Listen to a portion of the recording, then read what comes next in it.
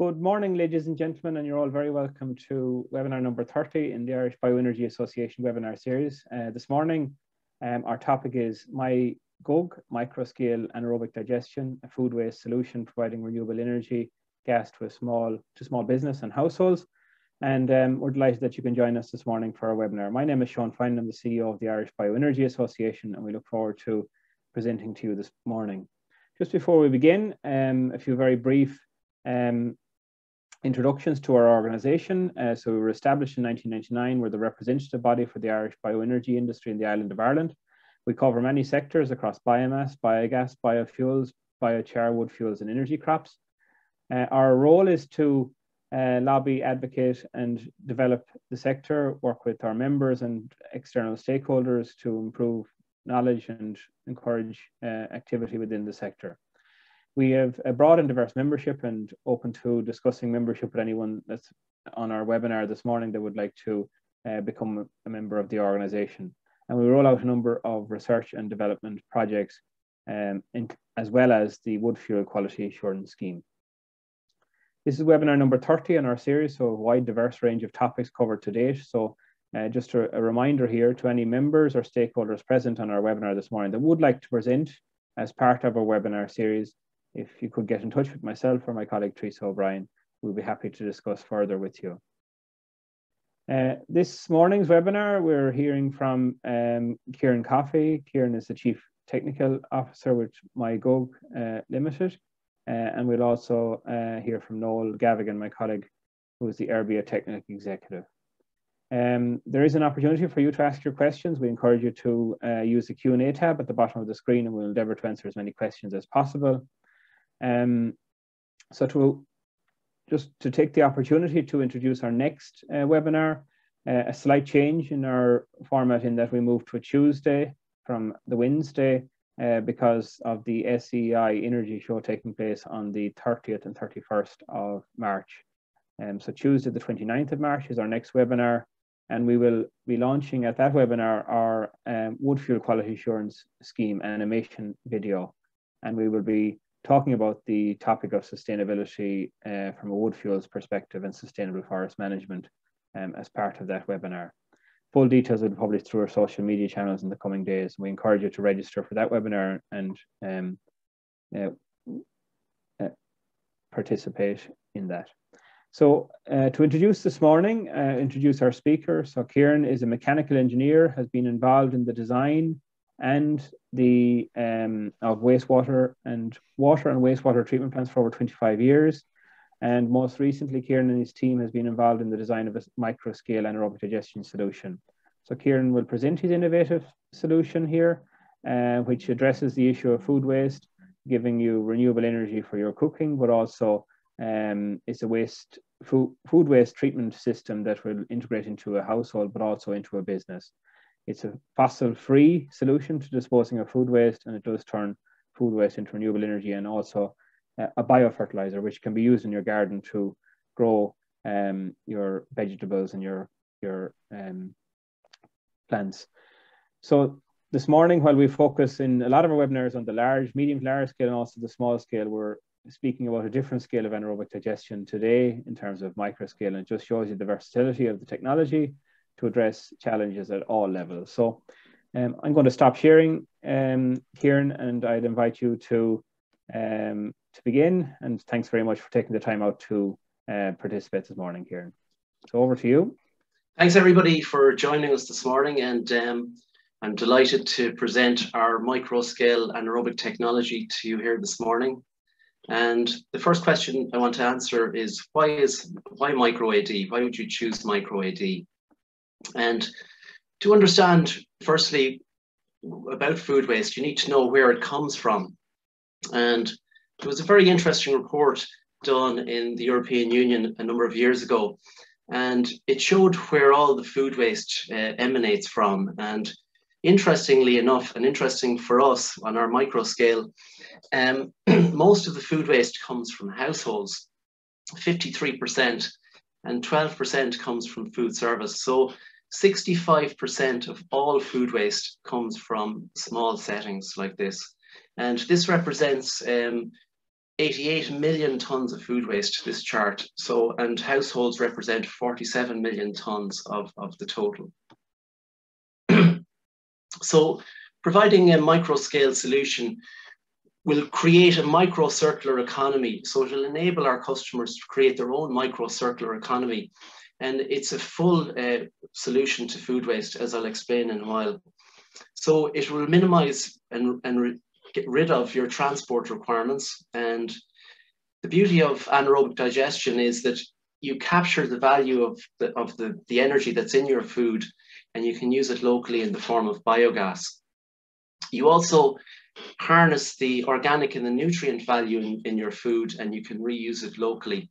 And there's a big issue with soil health in the world. This will improve your soil health, and it'll sequester carbon. And one key issue for us is that when you treat locally, you will not get contamination of plastics and other wastes, deeming them useless as well as the food waste. So this is a very important point as well. And with all of these, the above, everything will reduce fossil fuel, your own fossil fuel dependence.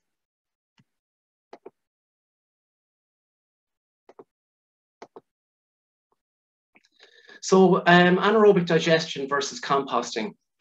What is the difference between these? On the top right-hand corner, we have our domestic micro-scale anaerobic digester, the My Gug. And at the bottom, we have a standard composter that we were all familiar with. Now, as I said before, the big difference is that you get a gas from your digester that you can use locally to cook. And the domestic digester can give you up to 80–90% of your cooking gas requirement. And instead of a solid compost waste that you get from a composter, you get a liquid fertilizer that you can pour directly on your plants and vegetables. Now, also one huge difference between the two is that My Gug is a full solution for food waste. It'll take cooked, uncooked meats. It'll take liquid waste, whereas the composter is only a partial solution to food waste. This chart here is from a UN report that was done a number of years ago on food wastage footprint. And the big items here, the food groups that are creating the biggest problem in the world are meat, milk, and grains. And you can see the requirement for water for meat, milk, and grains, and the biodiversity and ecosystem cost associated with these foods. And one of the things that My Gug will do very well is take these types of foods and digest them and convert them into heat and energy in the form of the biogas and then a nutrient. Now, when we think of food waste, we don't normally think of liquids as a food waste, but it in fact is. And you can harness, you can get the energy from that milk and use it locally.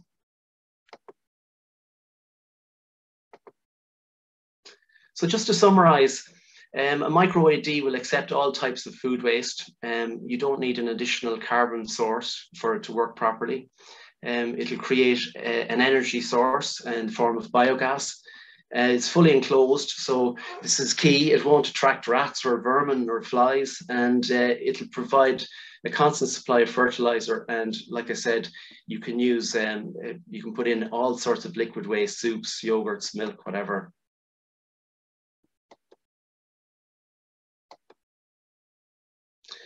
Now, the food waste industry is highly dependent on transport, and we want to break that link with transport. And to look at this, we want to look at another industry from the past, and that was the ice and cooling industry. So back in the 1800s, it was common to harvest ice from the large lakes in Northern America and Norway and transport that ice worldwide. And it was used in these types of cooler boxes to keep food cold. The industry then developed in the mid-1800s, and there was an industrial ice making was invented. So there was less requirement for transport then, and these large ice factories were introduced. But there was a major change happened with the introduction of the fridge in the 1920s.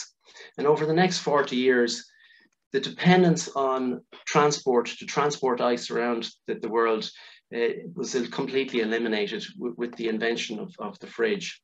And this is the timeline. And so basically in the 1920s, the fridge was introduced, and that completely changed that industry.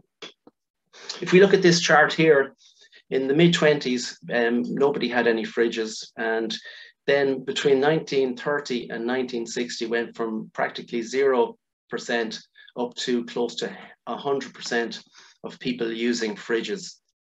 So this is an example of where a micro technology completely changed an industry. And we want to do the same with food waste. We want to provide a solution, an immediate solution to people to get rid of the really difficult to treat food wastes on their own properties.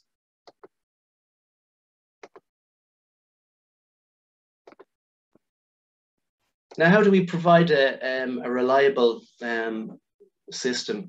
I want to look first at the system in China. China has probably the most developed industry, anaerobic digestion industry of all. And they're reported to be up to 30 million small-scale anaerobic digesters in China.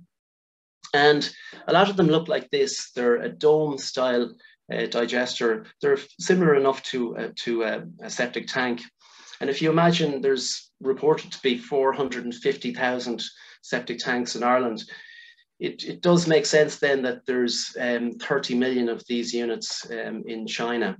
So these units provide local micro-circular economies in rural areas and all over China, where people can get rid of all of their organic waste, their food waste, their animal manures, etc., and then use the gas locally. Now, all of them are quite large, and they wouldn't suit Europe or the US. So to allow a system like that to work in Europe, it had to be miniaturized. And we've miniaturized it by insulating a tank similar to the fridge, where you had basically an insulated container. We've insulated our digesters. We've provided heating, and we've also provided a huge amount of technology where we monitor the level in the balance tank. Once the food waste is macerated, it goes into this balance tank, and we dose the food waste from this balance tank into our digesters. We monitor and maintain the temperature in our digesters at ideal temperatures, mesophilic temperatures. And then we monitor the whole process. So we can monitor remotely, and we can help our customers if they have any problems. And we are basically harnessing the power of the Internet of Things with our technology. So I'll just show you a video of the unit, if it'll expand for me. So I'll start that again. So this is our domestic digester, where you take off the lid and you dispose of your food waste in and macerate it. Goes into a balance tank. The gas comes out the end of the unit, goes through a moisture trap, and then it goes through a bubbler and a filter. And the egg is obviously where the digester is and all the digestion takes place. And then there's a hose at the very left here. You can see where the liquid fertilizer comes out, and you're able to harness that. We provide a range of digesters, not just domestic digesters. The domestic digester will treat about half a ton of food waste per year, but we have solutions to up to about 15 tons of food waste per year. As you can see here, the arrangement is slightly different with a kiosk and a sink and a larger egg outside, but the concept and the functioning of it is the exact same. We'll get past this, sorry. So some of the normal questions that we get asked are, is it safe? How much food waste will it accept? How much gas will it produce? And will it heat my house? And why is it egg-shaped? Now the unit, the gas is fed into a biogas bag, and the biogas bag is at atmospheric pressure. So there's no danger of that gas leaking into your house. Like when you have a gas cylinder, it's under enormous pressure. So if you have a leak in your house, it will release the pressure in the cylinder will force the gas into your house. That will not happen with a domestic scale anaerobic digester. Our domestic digester will treat 1.5 kilograms of food waste per day, about just over half a ton of food waste per year, and it will produce 3 litres of liquid fertilizer that you can use. The unit itself, the other questions we ask, will it heat our house? We are really focused on using the gas to replace common cylinders. So we're focused on using it for cooking. It's egg-shaped because the egg is ideal for mixing, and mixing is very important in anaerobic digestion.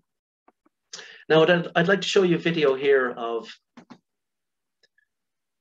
the real benefit, and this really highlights the micro-circular economy nature of our technology.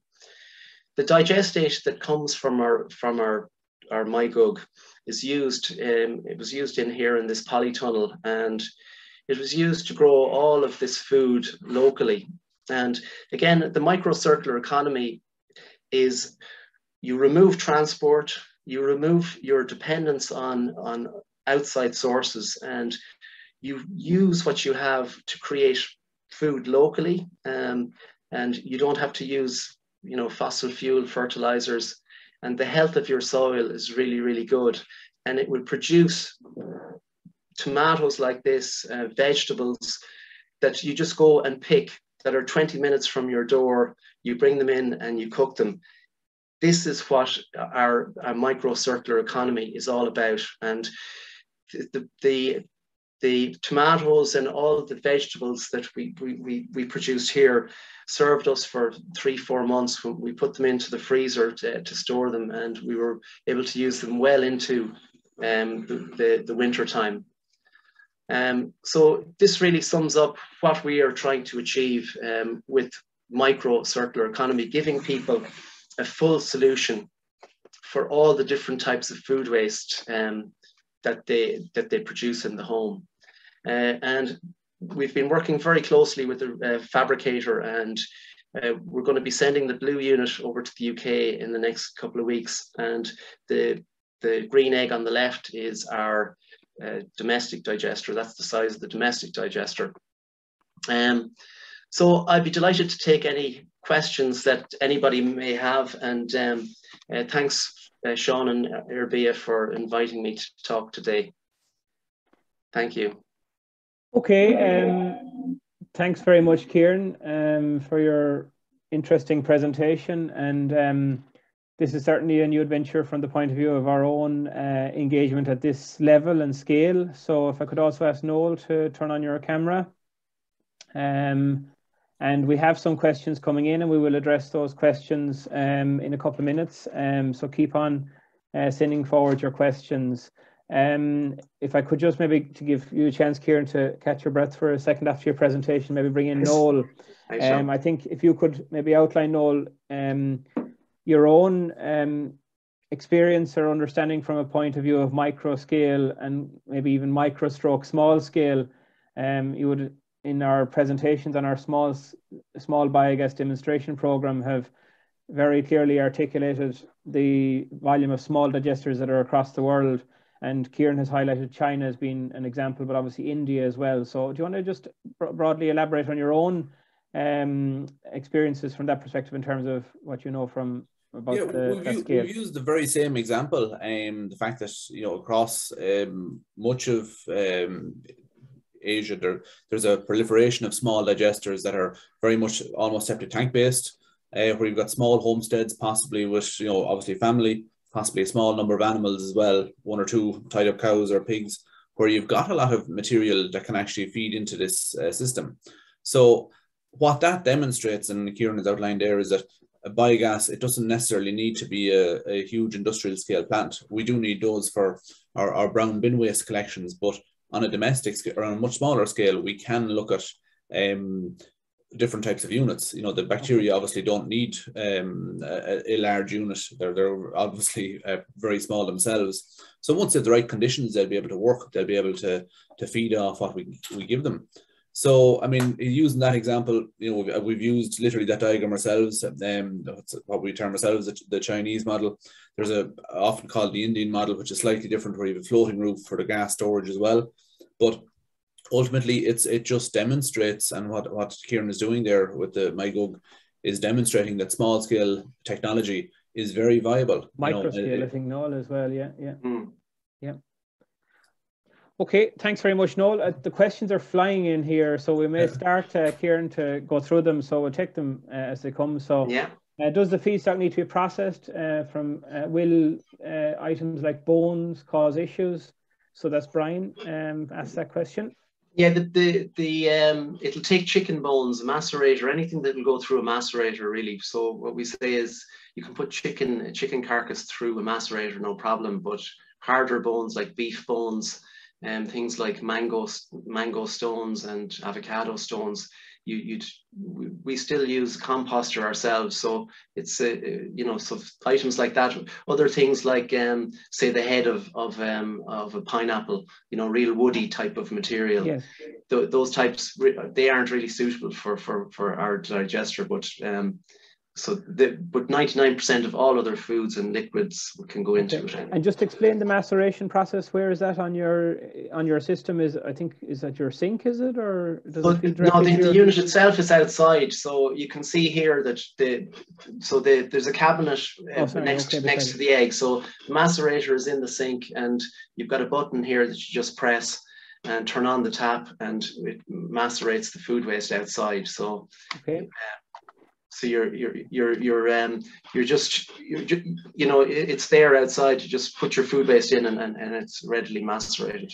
Okay. Follow on question from Brian. And again, if you can't answer some of these, we can get back to people after individually. Yeah. But Brian asks here, what are your business goals over the next few years? So well, we'd like to go like the fridge went, and have that sort of trajectory. And look, the big thing for us is being environmentally friendly and providing a solution. The solutions really, India, it's suitable because of the warm climate, and for a standard digester, we've had to design in the insulation and the control and everything for colder temperate climates. So we want to make that available to everybody. Okay. Question from Enrico here. What type of maintenance does the device need? So how often is there maintenance required? How often does it need to be maintained? There's very little maintenance. You could see on the video there's a moisture trap. You need to empty the moisture trap every so often. With the automated units, there's rubbers, seals that need to be changed every 3 years. But apart from that, there's very little to maintain in them. Okay. A question from Siobhan, and thanks Siobhan for joining this morning. Siobhan says she uses 5 small cylinders of gas annually. Will it replace these? It could replace, we reckon, about 80% of those. So, 80%. And a lot of anaerobic digestion depends on the feedstock. So we say that anything that will make you fat will produce a lot of gas, like cakes and sugary things, and carrots and broccoli won't produce much gas. So it depends on what sort of food waste you're putting in. Oils and greases obviously will create a lot of gas. And just on that, you've focused obviously on food waste, but could you put in some clippings from your lawn and stuff, or is it no, it's just specifically a food waste solution? Yeah. Okay. Next question from Deirdre. Thanks, Deirdre, for joining as well. What sort of cost? And I think the cost question is featuring on a couple of the questions. So the cost, the domestic. On that? Yeah, we've launched our domestic product, and the base unit isn't automated. It's got a manual pump, and that retails for 3,599. That includes 13.5% VAT. And then our larger digesters go up to about 30,000 euros. So look, what we say is the value isn't just in the gas, it's in creating this micro circular economy. It's in creating the food you saw in that video. It's good for your mental health. You go out and you're not reliant on you saw since yesterday 39% increase in gas prices. Yes, you won't, I think that people need to be more reliant, and our digesters help them with that. Okay, so just to clarify, 3,599 including VAT is your, okay, so that's thanks for confirming that. It is a sizable cost, I suppose, but if you compare it to solar panels, Sean, you know, a solar panel system could cost you up to 14,000, and it will only give you a fraction of your electrical requirements, and in winter generally not at all. Whereas with a digester, it'll give you gas all year round. It will consume a slight bit more electricity in winter because of the temperature drop. It'll hardly consume any electricity in the summer, but it will give you that gas the whole year round. Okay. Question from Kevin. You mentioned that you're 20 minutes from the house to harvest your veg. So obviously you're... No, 20 meters, I should have said. Oh, sorry. So, okay. So that was so it's a walk. Okay. It's a 30-second walk away. Okay, that's very good, and thanks for clarifying that. Michael, and thanks, Michael, for joining the webinar. Good to see you. Excellent, Kieran. What cost? So we've typical domestic scale. So we've covered that in terms of the cost. Enrico, again, another question. Do you do a feasibility analysis to understand what size is needed?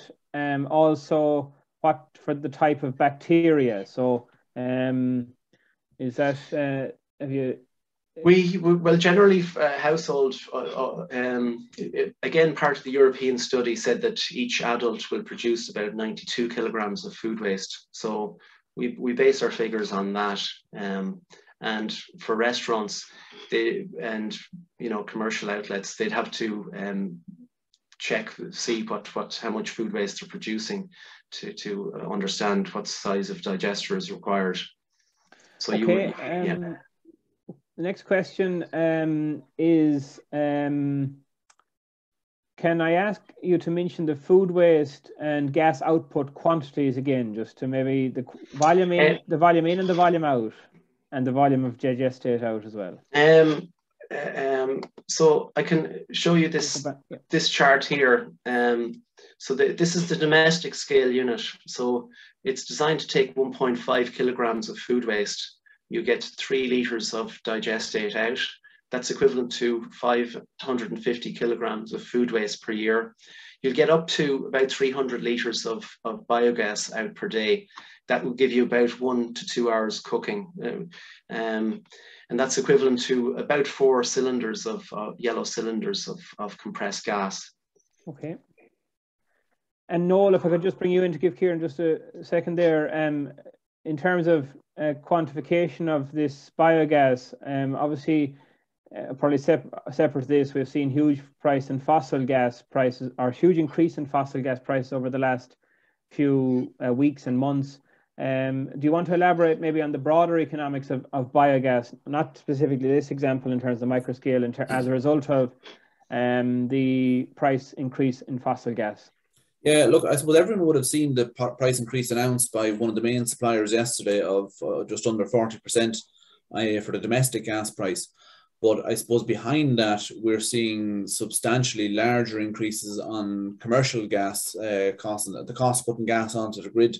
So the commercial and the trading price, that, similar to where we Brent crude will tell you where oil is, there is also trading prices for gas. That's gone literally up tenfold at one point. So now there's a little bit of panic in the market, and it is settling back down. But still, the wholesale price is far higher than domestics are paying at the moment. So the CRU is protecting the domestic market from it. But the prices of gas, by the looks of it, are going to stay quite high. And there's every place we can take gas from or take energy from is going to be more and more valuable as time goes on. Okay. So I think it's a very timely piece. This. Okay. Question from Michael again, and Kieran, I think you may have covered this, but just you mentioned that gas is most suitable for cooking. Can it be used with gas boilers? How do you clean this if it's required? So no, our focus is on cooking. It's the simplest and best way to use it. Okay, that's quite straightforward. Again, I think you've answered this one from Keith. Can you use green waste or as a feedstock? So you've answered that, I think, in that it's specifically for food waste. So that's that one covered. Another question from Deirdre. could this be scaled up for a community housing estate or a group of farmers at a small local level, local scale? Yeah, it's I suppose that what isn't available is something at this scale that's fully automated. The larger size is we can scale up, but our focus really is on the micro scale. And you know, again, going back to the fridge analogy, like, you know, there's small fridges and there's big fridges, but we just want to stay to our core. And maybe we might go up to 25 tons a year of food waste, and that probably will be as big as we'll go. Okay. There's a question kind of following on here from our own colleague Porrick. He said, if there's something that is this something that hotels could use, and is it a case of using more than one unit if you have different kitchens on site? Or could you maybe explain to us how your unit can be scaled up from the point of view of smaller businesses above the domestic household, or is that part of your intention to we've visited a number of hotels, and when you have a hotel, it's sort of an industrial scale more so. You know, there's a lot of people buzzing around, and our system is something that, you know, you can't have plastic forks going into it or napkins and other things, you know, so it does need managing. And I think the larger you get, the more complicated it can become. So those larger hotels, at least a small hotel, no problem, and you know, things like golf courses and nursing homes. But once you start getting up to a larger scale, you know, you're probably better with a larger digester or a different system. Okay. Question here just about the mechanics of getting the gas into the cooker, in terms of how does that work? And this person is asking, do you still need a gas bottle on standby? So maybe could you just elaborate on that? Yeah, so the gas is stored in a gas bag like this, and we supply a 20-watt gas pump. So there's a line that comes from this bag into your kitchen, and you just turn on the gas pump and it feeds your hob. Now, in our own house here, we have been using biogas for the last 6 weeks, I'd say, and we might have to use the gas bottle for 2 or 3 days this week, and then we might, again, you know, it depends. And the beauty of a gas bag is you can see how much you've got left. With the gas cylinder you can't, but we say it can give you, in a household setting, up to 80-90% of your gas use, and that it'll depend on the food waste that you're putting into it. But if you want to have something in standby, yes, you would need a gas cylinder. And I think it's a very important point, and Noel, if you could come in on this, about the various different feedstocks for biogas have different biogas yield potential. So Kieran has elaborated on that in terms of like sugary feedstocks have more biogas potential than, say, peelings from vegetables. So could you elaborate on that at a broader level, Noel, in terms of look, I mean, that's a standard across. Every material has a different gas value, and it really depends on the energy that's contained within it and how digestible it is. Generally, looking at an industrial scale, and people that are looking at putting crops in, usually they would say the more digestible it is for a cow, the more it'll work in a digester. So it's somewhat similar to this, and it's a very good analogy that Kieran made, that those foods that make you fat will also produce a lot of gas for the digester. Okay. So look, again, it's back to the sugars and greases that really make it work. You know, now you can't overload it with those. You know, there's a level that the bacteria, it's not healthy for them either if there's too much. But I mean, I don't think you'd overload it on a domestic level. Okay, thanks, Noel. Question from Stephen: is the unit capable of taking the non-edible parts from your polytunnel, so the tomatoes and cucumber leaves and stems, if macerated, so that you wouldn't necessarily have? Generally, we wouldn't put sort of the vegetation. You know, that's, again, it's probably low yielding from a biogas potential anyway. So yeah, it is. Yeah, any woody material is very hard to digest as well. So again, like I mentioned, they say pineapple tops, things like that aren't really suitable to it. Question for Robert, and thanks for joining, Robert. Great presentation. And Thanks, Robert's question is the suitability of the My Gug for digestion with waste, animal waste, chicken litter, not farm scale, just domestically. So I assume Robert is talking about if you have your own chickens or your own farm animals, but it more not. We have a domestic customer that we're delivering to soon, and they have rabbits, domestic rabbits, and they'll be putting their rabbit poo in there. So look, as long as it's not mixed in with stones or something like that, yes, chicken poo won't do so the quality makes a difference, and it obviously, like food, it can't be contaminated with inert material, I suppose, is the question. Yeah, exactly. Yeah. Stones and the like. Okay. Thanks, Robert. Next question, and keep your questions coming. I think we've never had as many questions in a webinar before. So, Kieran, you've certainly stimulated a lot of interest in this particular area in your technology. So, great. Next question, what kind of maintenance does the My Gug require? E.g., is there tank cleaning, monitoring? So what's the maintenance requirements? Yeah, I mentioned before about the moisture trap and just emptying the moisture trap. Also, you would remove some sludge, depending on how much you're using the unit, at least once a year. So you just take out a bucket of sludge, and that sludge is really good for using on vegetables as well. So and then, like I say, every 3 years, if it's a fully automated unit, there's rubbers in the pumps that would have to be changed. Okay. Next question is again about the cost, but I think we've covered that. And just you mentioned 3,599 including VAT, just to confirm. So that's the domestic unit. Question from Donal. Good to hear from you, Donal, too. What would an LPG or natural gas cooker need conversion? As I assume the gas from this would be of a lower CV value, so calorific value. Yeah, the biogas is usually between about 55 and 65% methane. So you need more gas to operate in a standard gas hob. Generally, we use you can just increase the size of the jet, and there's a small other adaptation that you can make to make it suitable for a regular gas hob. But we supply a biogas stove with our units, and ultimately we want to see built-in units, but we provide a biogas stove. Okay, and just a question on that. Do you need to do any level of cleaning of the gas to remove any, like the H2S or CO2 in advance of its use? Again, on this video, it shows there's a filter here. So you can see that the green filter, the gas flows through that filter, and we use activated carbon. So that will remove the H2S from your system. That's the only filtering that needs to be done.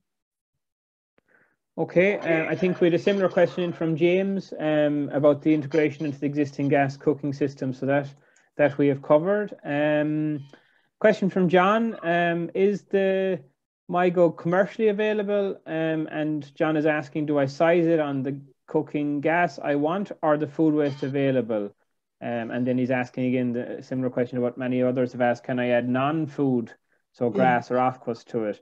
So no, you size it based on the food waste that you're generating. So okay, you know, and again, like I said earlier, liquid wastes will come into this as well. So if you have yogurt or milks or you know, juices or anything like that, anything with sugar in it, that can all go in as well. So again, I'd like to highlight that generally that's not considered a food waste, but you know, anybody who throws out and gets rid of waste milk or milk that's gone off, they'll pour it down the drain.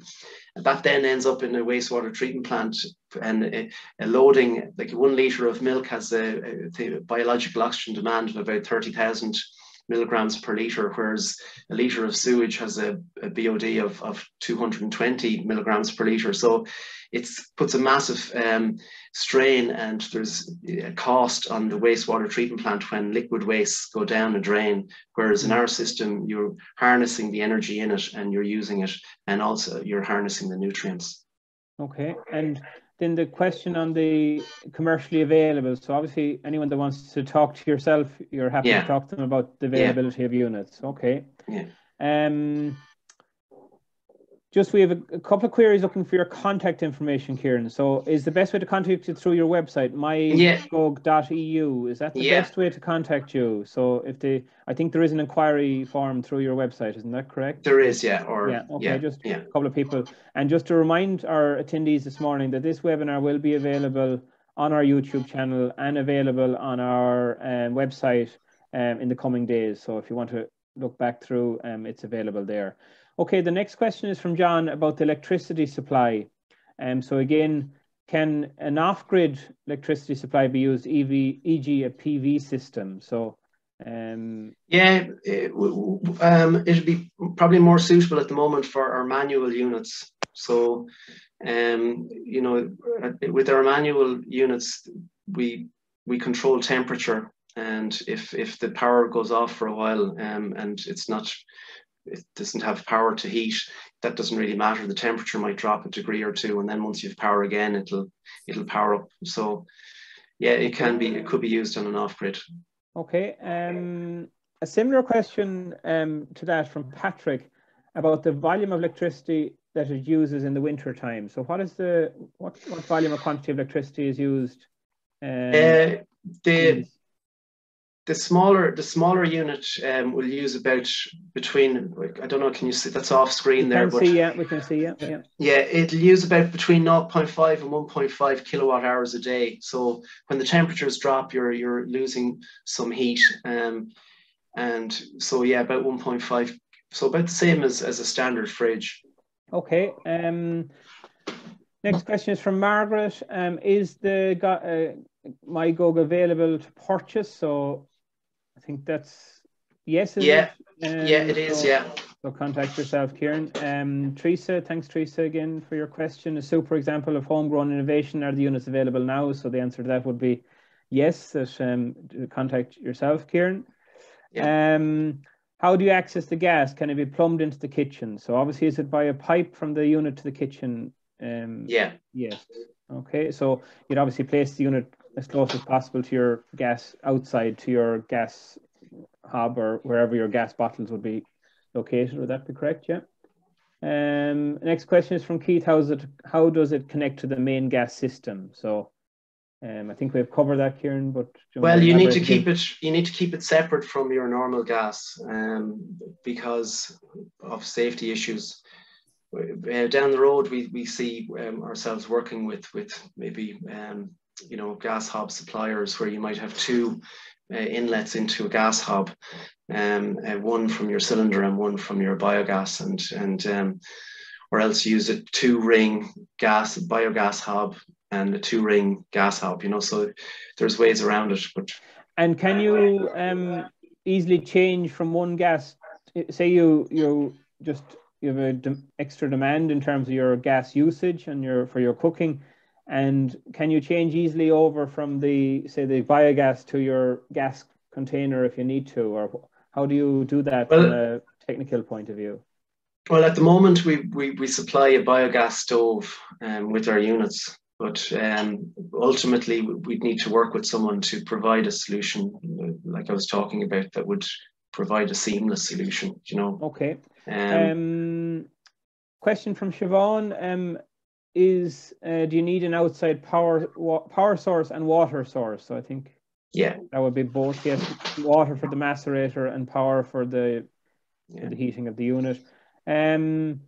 The units, just to say as well, Sean, that the units have a hose connection, so it's not an actual pipe. It's you can just bring a hose over from a tap and plug it in.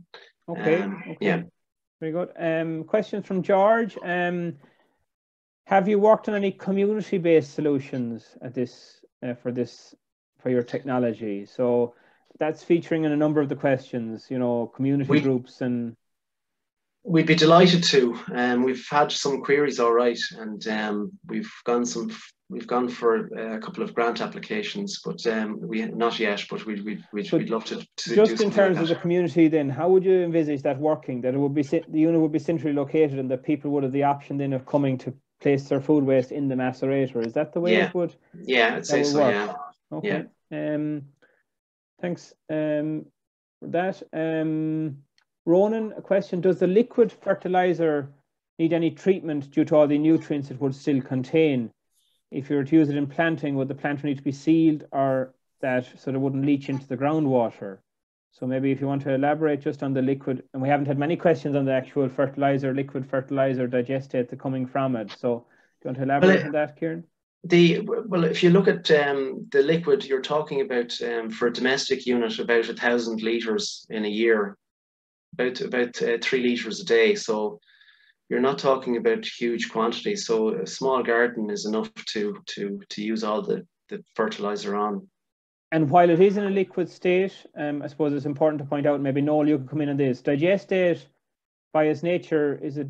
Can you just explain its potential from a nutrient point of view? And the uptake of that. Yeah, it's been research done in the Department of Agriculture, done by Teagasc, funded by the Department of Agriculture, to look at how digestate operates, and it makes the nutrients far more available to the plant. So it's a very valuable fertilizer material for that reason. But because it's more available to the plant, there is much less potential for, like, say for example, someone using animal slurries. There's much less potential for that to run off into rivers, because it's been mineralized and it's in a format that the plants can easily uptake. So in a way, it protects the nutrients for plant use. Okay. Next question there. Have any of your customers been able to use grants to offset their purchase cost? So we're working on that. SEI have given us a grant recently to install a digester in a school here in Banton Grammar School, and but we're talking to them to see if we can get grants available for this technology. For widespread rollout. Yes, exactly. Yeah. Okay. Question here on the bacteria culture. Do you need to add bacteria culture before adding your food waste to seed the unit? I suppose is the. Yeah, you seed the unit. Once you seed the unit, it should work away. If sometimes if you have too much of one particular type of food waste, you might have to add micronutrients or some bacteria very occasionally. But and to seed the unit, what would you use? Would you just use would you just start adding the food waste, and over time the bacteria start to activate? No, you seed it with a sludge, or there's a company in Dublin we work with also where you can get dried bacteria, and you just mix that with warm water and you start. So you would put it in. You give technical advice to anyone taking the unit around that. Believe it or not, a lot of the commercial ones. Earlier on would have used cow slurry as a seed material. I don't know if you've tried that, Kieran. I presume you have. Well, the first digester I used, I went across to Carberry Milk, and they have 2 huge digesters over there, and I tell you, it started pretty quick after that. Okay, so it's a case of trying to locate digesters. Yeah, well, it's a bit like one digester, the liquid from that can be used in the next digester, and it'll just grow, so you just need a seed, 30-60 litres of seed material, and that's easy for us to provide. Okay, question from George here. If you install a unit today, what is the timeline to have gas available? So how quickly does it start producing? That would depend on how much seed material we put into the unit. But if we put 60, 80, 100 litres of seed material, it would start producing gas straight away. And then over time, really it can take two months, 3 months to get up to your full complement of bacteria in the digester, and where you're going to get a full amount of gas. Okay. More of a comment from Deirdre than a question. Thanks so much to Kieran and Noel. Great presentation. Just to say that she likes the name, or loves the name too. So, thanks, Deirdre. Next question from Brian. Another one on the economics. How long before the cost of the digester is offset through savings in gas or electricity? So, well, if we where go, your grant is required to offset, reduce. Yeah, I think so. But like, if we go back to this video, like that's where we see the real value in creating this micro circular economy, where you're getting all this produce, you're creating it locally.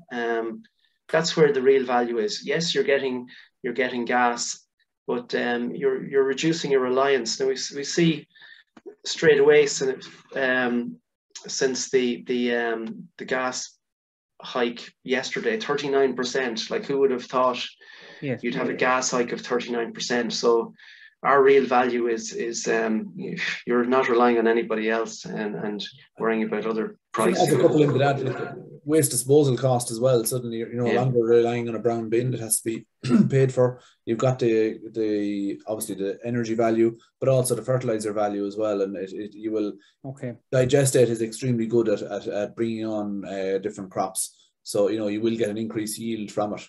You're talking at a larger scale in terms of digestion, but even at on the smaller scale as well, though, it will have your garden. Yeah, for the home grower, you will have a good impact from it.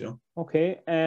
So I suppose the main summary point from this question and the answer as well is that there are many benefits beyond the actual energy offset benefits, which probably are hard to quantify, and that is a challenge we face always from a biogas perspective. In terms of the economics, is how to value those non-energy benefits.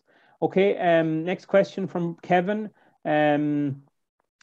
What is the delivery timescale on the units? It'd be about 6 to 8 weeks now. Okay. We're working on getting that down, but okay. Have you any resourcing for sizing, pricing, and output benefits on your website or elsewhere? So that's a question from John. So I guess you deal directly with your customers. So if they get in touch with you, you'll be able to provide information. Okay. Congrats, Kieran, and best of luck with your My Gug, a great development. That's from Patrick. So that's a comment. Thanks, Patrick. Just to clarify, it would need a separate cooker to use. You wouldn't be able to use or swap a biogas between the biogas and a regular gas bottle and back again, depending on how much biogas you have. So don't ask that question. So just do you want to clarify on that? Well, look, this is where we need to work with someone like Glen Dimplex or someone. We ourselves use a standard hob, and it's connected to our biogas, and it's connected to our cylinder gas, but it wouldn't pass any safety standards. But it's really feasible to do. It's really simple, and we just need, like I say, we'd need 2 separate inlets into a standard hob to be able to use both. Okay. And presumably it would be possible to dedicate one hob for the biogas, and you tend to use that as your primary, and then obviously running low on gas you can use the others. But well, just to give you, like, for our system here, we've got a gas supply in, and then we've also got a gas supply from our cylinder, and we've got a valve that you can switch between the two. And then on the gas hob, 2 of the gas rings are on normal gas and 3 are on biogas. So you can swap over, but again, it's not ideal. And that's why we supply a biogas stove together with the unit. But ultimately, we see a built-in gas hob with dedicated biogas rings and dedicated gas rings where you can't mix the 2 up, and that's our goal. Okay, I suppose a question or a clarification here: do you need a registered gas installer to do this work, do this gas connection work, or is that something? No, it's not. But obviously, safety is paramount, so you need. Yeah. Okay. Look, as I say, with biogas, the bag is at atmospheric pressure, so there's nothing squeezing it to force it into your house. You have to turn on a gas pump, and rather than the gas is compressed to make it transportable. So there's a huge volume and a huge potential energy in a gas cylinder. But with biogas, you're producing small amounts all the time, and you're using small amounts all the time. So it's a completely different system to a gas cylinder. So there are system items that can make Yeah, it like just to give you an example, like with a domestic system, there's upper and lower limits for explosion limits for methane, and the lower explosion limit is 4.4%, and the upper limit is 17%. If you get a mix of methane in air at those percentages and you light a match, it'll explode. To get in those limits with a domestic digester, you need to be in one of these toilets that's under a stairs with the door closed, and all of the gas from your biogas bag going into that room to give you those, because the volumes are so small. So we're always coming up against this about safety. Oh, it's gas. But we're saying, look, there's 30 million of these in China. They use them all the time. There's no pressure behind it. It's safe. It couldn't be safer. Okay. Question from Shay. A traditional composter can be used as a worm farm. Does the My Gug hold worms or act as a worm farm in any way? So. Well, it'll digest some worms and turn them into gas. But it won't attract them because no, it won't. No, you obviously it's not a composter. So composter is a specific. Yeah, worms. Look, what we've done. I've done a video before of a composter and our digester, and the bacteria are obviously much smaller than insects and worms. So they're lower in the food chain. So anything that comes out of the digester is absolutely no interest to vermin and worms or anything else. So, so it'll increase the content, the nutrient content of your soil though in your garden potentially. So that might be the attraction from the point of view of more fertile soil, attractive to worms maybe. Or exactly, yeah, Okay, we'll keep going. Is the My Gug supplied stove an additional cost? No. So the stove is part of the cost, okay? Yeah, the unit is supplied with a 1,000-litre biogas bag, a stove, a countertop stove, and the 20-watt gas pump. So it comes with everything you need. A question here about food waste, and can it be reduced in the future? So have you considered that food waste can be reduced in the future? So obviously we all want to try and reduce waste of all kinds. So do you want to address that, Kieran? Yeah, look, the big goal, and if we look back at the chart that I showed earlier, everybody wants to reduce food waste. It's a huge drain on the resources of the world. And we all want to do that. But we see that micro scale will help people do that themselves. They'll give them less reliance on outside, and so that's our goal. Yes, of course, we want to see a reduction in food waste. Okay, question from Michael: what's the difference in price between a manual and an automated system? The domestic automated system we aren't retailing, but there would probably be a $2,000 difference in price at least, because again at smaller scale it's hard to reduce price because of the volumes, but ultimately we want to ramp up the number of units that we produce and bring down our price to make it more affordable. But we need to get a larger scale to do that. Question from Fergal, which is kind of related to this, in terms of consistent feed supply. What happens if you're away on holidays for 2 weeks? The beauty of anaerobic bacteria is you can leave them idle for months, 6 months, a year, 2 years, and you can when you come back, you can start dosing a bit slower to begin with to get them used to the feed again, but they'll come back up. And their gas output will obviously reduce as a result of them not being fed daily for that period of time. So there's no risk of your gas bag overfilling or anything like that. Or is there a flare on? There's no flare on the system if that was to happen. No. It's amazing. Once you stop dosing, the gas pretty much goes up, stops within hours. Okay. Question from Brian, and we are gone over time, but I think given the interest in this, we've 46 questions answered. I think there's 10 more left, so we'll keep going. Okay. Kieran, And for all our attendees, if you could wait on for a couple of minutes, that would be great. We just get through all the questions for the sake of a few minutes. So, question from Brian: how many units are you producing per year, and what are you looking to ramp up to?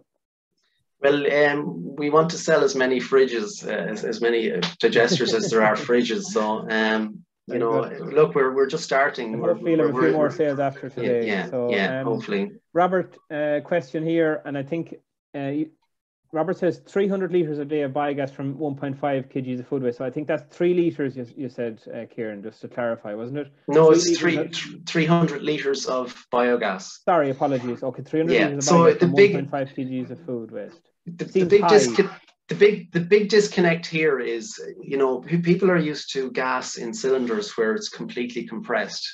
The volume, if you release that gas and fill it into, you know, the atmosphere, it'll take up much bigger area. So, yes.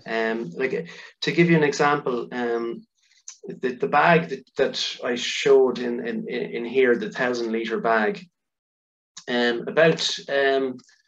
about 20 or 22 of those will have the same amount of gas as you have in your standard, you know, your yellow gas cylinder.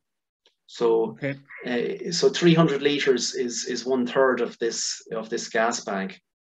Okay. So you know, when it's at atmospheric pressure, it sounds like an awful lot, but you know that would keep you going for about an hour to an hour and a half of cooking. Okay. And just Robert says that he assumes that these values have been verified. And I think you have the unit yourself, so you can send over your outputs, and these must be based on more starchy inputs, he says. So obviously the quality of the inputs will depend on the volume of output from a gas perspective. Yeah, look, there's a standard system where it's called volatile solids, and the volatile solids in different foods vary, but I think for food waste, it's generally about 5 kilos will produce about 1,000 litres. 5 kilos of general food waste. Okay. Question from Liam: is there a demonstrator unit to bring on site, or where can a unit be viewed? And he's a Northern Ireland-based attendee. And sorry, I missed the name, Sean. Liam. So Liam, is there a demonstrator unit available? We're hoping to start putting demonstration units around the country to you know, allow people to sort of touch and feel and see how it works. Maybe in 6 months' time, Liam, hopefully. Okay, I guess, Liam, maybe you should get in touch with Kieran through to mygug.eu, and maybe you can have a chat about seeing a unit or something, you know. So John, a question from John about his gas barbecue which he doesn't use over the winter. Any concerns about gas buildup, or could he attach his biogas My Gug unit to his gas barbecue? And then what's the concerns regarding gas buildup and explosion or seasonal storage? So our system, we have to say, is it's not suitable for seasonal storage because it's continuous use. It's continuous. Like if you're using it all the time, to put food waste into, it's going to produce gas all the time. And we look, one thing about gas storage is it's cheap, but you'd need an awful big bag to store 6 months of and I suppose this all comes back, Noel, to the discussion about intermittent renewable sources and continuous renewable sources. So biogas and anaerobic digestion is a continuous renewable source, meaning that it continuously produces. Yeah, and like, you know, you have things like PV, which is very reliant on obviously the sun shining, so you won't get much during the winter or obviously at night. You know, and this is your biogas will be able to produce 24/7. Or will produce gas 24/7, so and 365 days a year. Kevin, a question from Kevin. Again, we've addressed, I think, how much electricity does it use a year. So we've covered that previously. Kieran, just in case Kevin was late. About the same as a fridge. I keep going back to the fridge analogy, but you know, a fridge is an enclosed container that cools air. Ours is an enclosed container that heats the internals. So it uses about the same as a fridge. That's great. Do you measure the gas quality before it is used in the cooker, e.g. H2S, CH4, CO2, etc. concentrations? A question from Tom. So, no.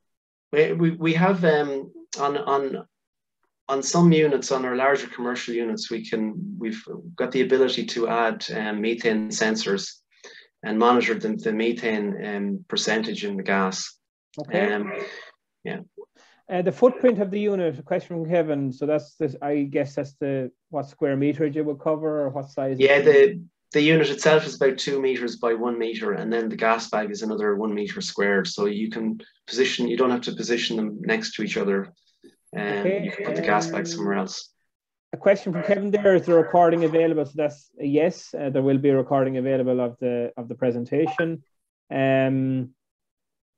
Cost for a standard domestic unit, question from Kevin as well, he joined late, 3,599 including VAT, and that includes your gas hob and all of the elements of the unit.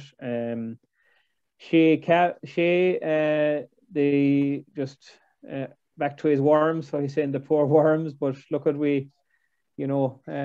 well, you mentioned there there's organic matter in the digestate, and when you put that organic matter on your it's soil, actually better. It'll get access to more worms than exactly the compost unit. The worms will love the organic matter. So so you might be helping them in another way. Oh yeah, absolutely, yeah. And the final question. If you're away for a period, do you run the risk of the unit running out of food, or does the balance tank hold enough to keep the unit running for a few days, weeks? So I think we've covered that from the point of view of that the gas output is minimal when it's not being fed, and the bacteria, it doesn't impact. You want to clarify? Well, it's just on the automated unit and the balance tank has enough storage for about 3-4 days of food waste. So like if with the manual, if you don't dose every day, the gas production will stop. But with an automated unit, it'll empty the balance tank until it's empty. Okay, just a couple of other points in the chat. So Ben, he would like to look at incorporating this digester in one of his own projects. So we've addressed the questions. So I guess, Benny, if you want to get in touch with Kieran, it would be the best way to progress your proposal in terms of a collaboration. And the video will be available on our website after. We've covered how much are they. We've covered about the cleaning. It doesn't take grass cuttings, where Kieran, you're very clear on that is food waste only. And then just Shay comments about the circular approach. So we've covered that. Warranty is a question that hasn't been covered. What is the product warranty? For the mechanical parts, we give a 1-year warranty, but on tankage and the other parts, we give a 5-year warranty. Okay. Can you put in animal manure? We've answered that. Does the system need a consistent feed daily? It does. I think we've answered that. What happens if you're away on holidays for 2 weeks? We've covered that already. Okay, and just Brian, we have a lot of complimentary comments from a lot of our attendees this morning. To you, Kieran, for your innovation and your foresight in terms of the technology. So I'd like to compliment you on that. So we've had over nearly 70 questions between the chat and the Q&A, and I think we've answered nearly all of them. So I thank everyone, all our attendees this morning, for asking and attending and asking all the questions. I thank you, Kieran, for your attendance as well, for taking time off your busy schedule to present. But also I want to wish you every good wish with your technology, and I hope it becomes a mainstream across Ireland and indeed Europe over the next number of years. Thank you, Sean. And also thanks very much to Noel for helping and assisting with the questions. I'd like to also acknowledge Teresa O'Brien, who's our colleague behind the scenes, who makes all this work, and thanks, Teresa, for your time and efforts in getting this. Was webinar number 30, so we've reached a milestone in terms of 30 webinars, and we hope to continue on a fortnightly basis because we are getting very good attendances and a lot of interest. So with that, I think we conclude. Apologies, we've gone slightly over on our time this morning, but I think the interest in the topic or the area and the technology kind of justified the extra time. So we'll leave it at that, Kieran, and I thank all our attendees, and I hope you have a nice weekend, and we look forward to seeing you on the next occasion. So thank you. Bye-bye. Bye-bye.